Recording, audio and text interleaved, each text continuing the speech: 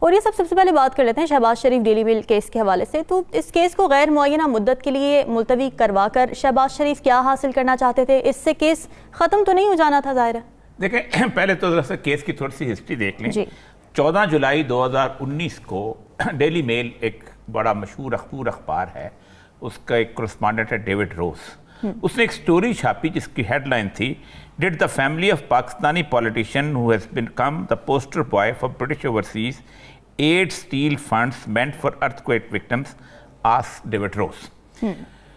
کہ 2005 میں زلزلہ آیا تھا اور اس زلزلے میں بہت سارے فنڈ جو تھے وہ دیے گئے تھے مختلف لوگوں کو, اور ایک DFID ہے بڑا مشہور ان کا ایڈ کا ادارہ, اس نے پنجاب گورنمنٹ کو فنڈ دیے تھے اور چیف منسٹر تھے اس وقت 2008 میں یہ آئے تھے جب یہ فنڈز آئے تھے. چیف منسٹر اس وقت تھے شہباز شریف. بالکل. اور انہوں نے وہ فنڈ سے مختلف قسم کی جو ہے ڈیولپمنٹ سکیمز جو ہیں وہ شروع کی تھی.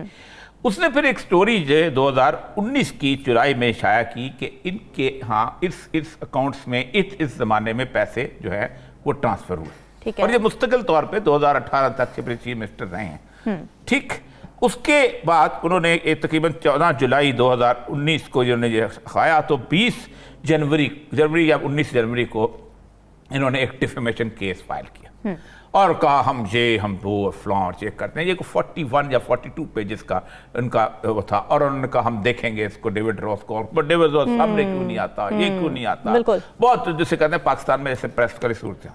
ڈیوڈ روز نے اس کا جواب جو ہے وہ جمع کرا دیا 80 پیجز کا. ٹھیک ہے. اب تاریخ ذرا سی شریف فیملی کی پاکستان کی عدالتوں کے اندر اگر آپ دیکھیں, پاکستان کا جو منی لانڈرنگ کیس ہے یہ کوئی 2.5 سال چلتا رہا ہے.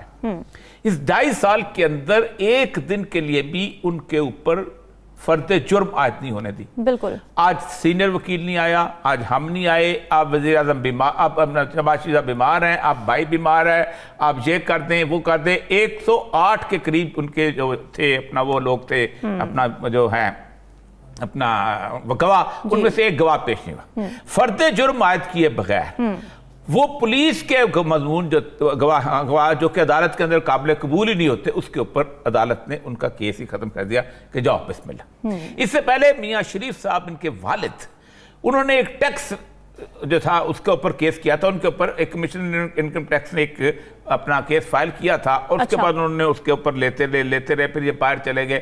باہر جا کے جب واپس آئے تو پھر انہوں نے کہا یہ تو ٹائم بار ہو گیا ہے, اب آپ کیا اپیل کرنے آئے.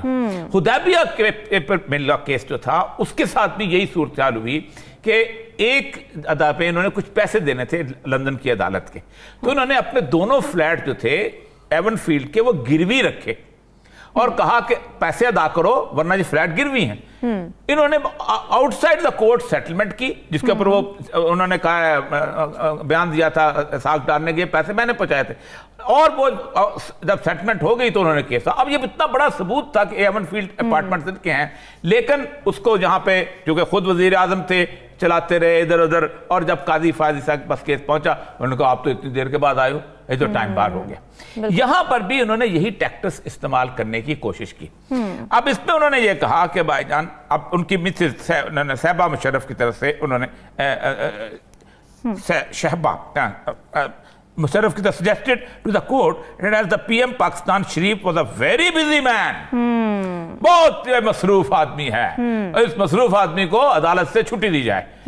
تو اس کے اوپر جو سب سے اچھی بات ہے وہ یہ ہے کہ اس نے میتھیو نکلن نے کہا, جو جج تھا, اس نے جو فقرہ بولا ہے وہ فقرہ بڑا شاندار ہے.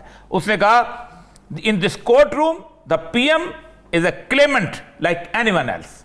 وہ ایک درخواست گزار ہے جیسے کوئی اور درخواست گزار. آپ ہوں گے پی ایم تو اپنے عدالت میں ہوں گے, اپنے کمرے میں ہوں گے, یا پاکستان میں, ایون اگر برطانیہ میں بھی ہوتے تو تب بھی آپ جو ہیں وہ یہاں پر کلیمنٹ تھے.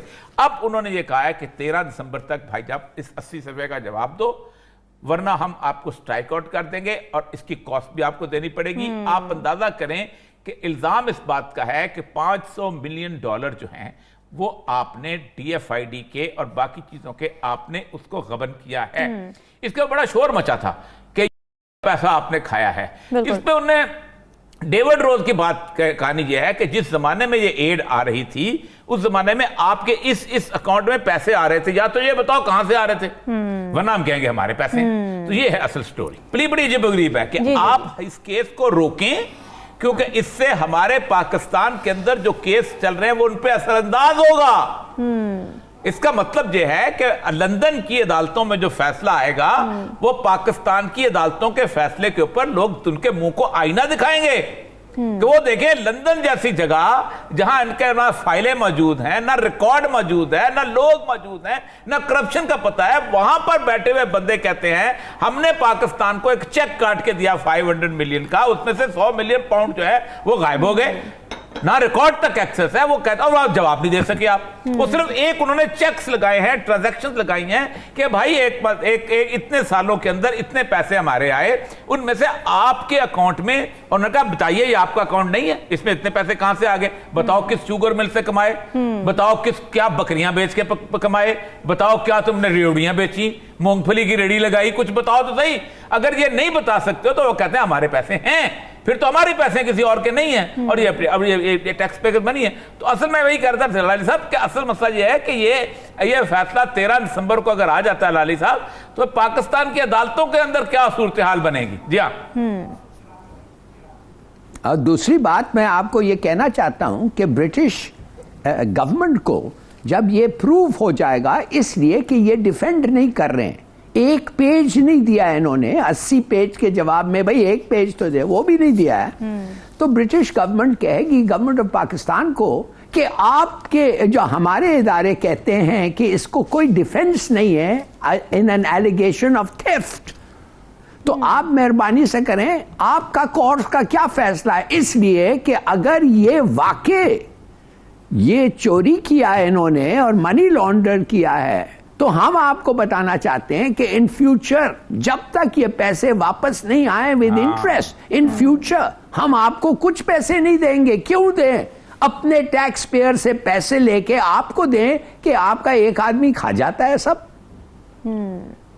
क्या आई मीन डू यू, आप समझते हैं ये कितना बड़ी बदनामी का बायस बनेगा, बड़ी बदनामी का बायस नहीं, ये आपका इंटरनेशनल पोजीशन सबसे बड़ी बात यह है कि वो देखिए मेरी बात सुने, दुनिया पूरी में ये होता है कि अगर मैं एक घर में रहता हूं और साथ एक दफ्तर में काम करता हूं, अचानक मेरे घर में 2 गाड़ियां आ जाती हैं, तो मुझे पूछते हैं कि भाईजान ये गाड़ी कहां से आई है, तो मुझे साबित करना, या तो मैं उस दफ्तर में ना हूं, अगर तो मैं यानी पब्लिक ऑफिस होल्ड करता हूं, उस पब्लिक ऑफिस के अंदर इसकी, या तो ये बताएंगे कि जी हमने आपके पैसे नहीं खाए, हमने तो अपना ये मोटरवे की कमीशन खाई थी, या कहेंगे हमने फलां बंदे से कमीशन का, कुछ तो साबित करना पड़ेगा ना आपको उस पैसे का। पाकिस्तान वाली बात नहीं हो सकती कि आप कहें कि जी मकसूद चपड़ासी का पैसा उससे पूछो, वो जो जरदारी साहब ने भी कहा था नहीं ये जी हमें क्या पता उस कबाब वाले के उसमें अकाउंट में कहां से पैसे आ गए। अब हालत यह है कि उसके 20 करोड़ पैसा आता है, साथ ही वो 20 करोड़ आपके अकाउंट में मुंतकिल हो जाता है, वो कहता है हमें क्या पता, ये तो खुद ब खुद आ गया। यानी आप अंदाजा करें कि इस मुल्क के अंदर ऐसे लोग भी रहे हैं, एक फौत हो गया, अब नाम नहीं लेना, अमीन फहीम साहब, चलो ले लेते हैं नाम क्योंकि बड़ा ओपन केस हुआ था, उनके करप्शन केस था, उन्होंने उनके अकाउंट में उन्होंने कहा पता नहीं रात को कौन 4 लाख रुपए जमा करा गया, मुझे तो पता ही नहीं चला। अब किसी और के अकाउंट में जमा नहीं होते, इनके मुलाजमीन के जमा हो जाते हैं, इनके लोगों के जमा। ये है पाकिस्तान के प्राइम मिनिस्टर। आप अंदाजा करें जब डेली मेल ने लगाया था, उस वक्त उन्होंने कहा था पाकिस्तान ऑपोजिशन लीडर, और उन्होंने फॉरेन सेक्रेटरी उस वक्त बाद वजीर आज़म बन गए बोरिस जॉनसन के साथ, बोरिस जॉनसन का पूरी तस्वीर लगाई थी इसके ऊपर, डेली मेल के ऊपर, कि ये देखें ये यहाँ आके यहाँ मिलते हैं और बरतानिया का DFID का पैसा जो है टैक्स पेयर मनी है वो खाते हैं। तो अब मसला ये है कि जो ऐसे लाली साहब कह रहे हैं कि असल में, क्योंकि लाली साहब जाहिर बात है और नावल में रहे हैं, कि अगर ये प्रूव हो जाता है तो फिर आपको इंटरनेशनल एड की नेगोशिएशन करने में बड़ा मुश्किल पेश आएगी, क्योंकि आप तो एड के चोर साबित होंगे।